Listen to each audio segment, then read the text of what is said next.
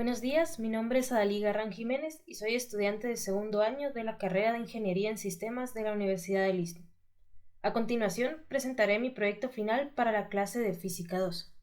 El proyecto consistirá en la construcción de un generador homopolar o disco de Faraday, utilizando un disco de plástico, 20 imanes de neodimio y una bobina de alambre magneto como base para el generador, y este sería el sistema que se muestra aquí arriba. Además, como objetos de prueba se utilizarán un LED rojo y un multímetro para medir el voltaje inducido. Ahora, como descripción general, un generador eléctrico es una máquina rotatoria que transforma la energía mecánica en eléctrica. En el caso de un disco de Faraday, este transforma el flujo magnético en electricidad, ya sea con un disco conductor girando perpendicular a un campo o con un campo magnético rotatorio perpendicular a un conductor.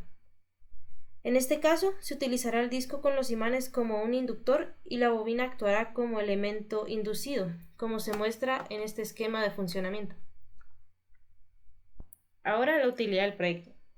El armar un disco de Faraday permite mostrar cómo un campo electromagnético es capaz de producir una fuerza electromotriz, o FEM, en un cuerpo si éste está expuesto a dicho campo. Gracias a la demostración hecha por el disco de Faraday, el fenómeno de inducción electromagnética se utiliza para la elaboración de todo tipo de generadores eléctricos. Fue el primero de los dínamos y sentó la base para la mejoría de este tipo de generadores. Gracias al aprovechamiento del campo magnético de dicho generador, se es capaz de suministrar electricidad durante un largo periodo de tiempo y de manera continua. Además, este tipo de generadores no produce directamente un impacto ambiental negativo.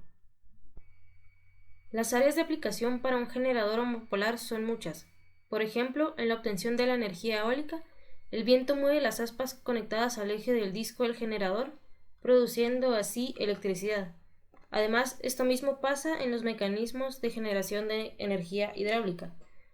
Además, estos generadores son utilizados en los automóviles para proporcionarles la electricidad que necesitan y en las bicicletas como modo de fuente de energía para las luces de estas al girar la rueda. Además, se utilizan en investigaciones científicas en electrólisis, soldadura y cañón de riel.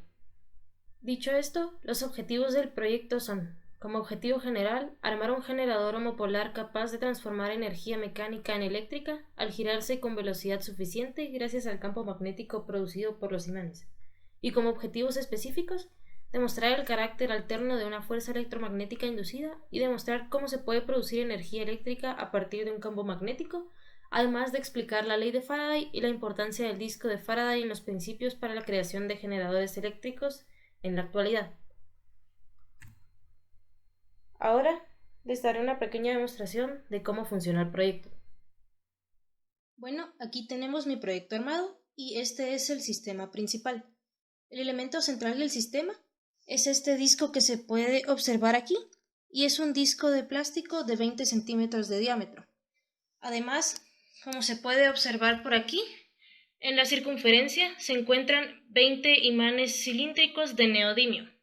Lo importante de la colocación de estos imanes es que debe hacerse de tal forma que los imanes vecinos tengan polaridades distintas, es decir, que se vayan alternando. Así iría norte-sur, norte-sur. El otro elemento principal de este sistema es esta bobina que se encuentra aquí. Es una bobina de 140 espiras hecha con alambre magneto calibre 23 y tiene un radio de 1 centímetro. Entonces, como se puede ver, es una bobina bastante pequeña. Otra cosa que se puede notar es que la bobina cuenta con dos salidas, que son estas dos que se encuentran aquí, y servirán para conectarse al positivo y al negativo respectivamente de los objetos de prueba a utilizar. El funcionamiento de este sistema consiste en girar el disco. Esto producirá un cambio en el campo magnético y por tanto en el flujo magnético. Este se transmitirá a la bobina produciendo una FEM y la bobina a su vez ampliará esta FEM que será la que se transmita directamente al objeto de prueba. A continuación, mostraré el funcionamiento del disco de Faraday con los dos objetos de prueba mencionados anteriormente. El primero que habíamos visto era el LED rojo. Este, como podemos ver, ya está montado sobre su base y vemos que ambas salidas de la bobina se conectan directamente al ánodo y al cátodo de la bombilla. En este caso está cubierto por cinta de aislar para evitar que el alambre se desprenda. Ahora, ya teniendo bien montado el sistema, podemos pasar al funcionamiento. Voy a sujetar un poco aquí la base en caso de que se mueva y voy a empezar a girar la manivela. Como podemos ver, aún en movimientos lentos se puede ver que el LED se enciende y si lo hago un poco más rápido se vuelve más constante. Ahora, el segundo objeto de prueba es el multímetro. Entonces, en este caso, vemos que las salidas de la bobina están directamente conectadas a las clavijas del multímetro, una positiva y una negativa, y es importante que no se toquen. Entonces, vamos a encender el multímetro en este momento y observaremos el comportamiento. Lo colocamos al mínimo ya que el voltaje producido por este disco no es demasiado alto. Y si empezamos a mover ahora la manivela, podemos ver cómo empieza a cambiar el voltaje. Si lo hacemos un poco más rápido ahora, vemos que va subiendo y puede llegar incluso hasta 1.7, 1.8. Finalmente, se probó la fuerza electromotriz originada por el generador utilizando el multímetro en el rango de 2000 milivoltios a dos velocidades distintas para observar el distinto comportamiento de la FEM en ambos casos.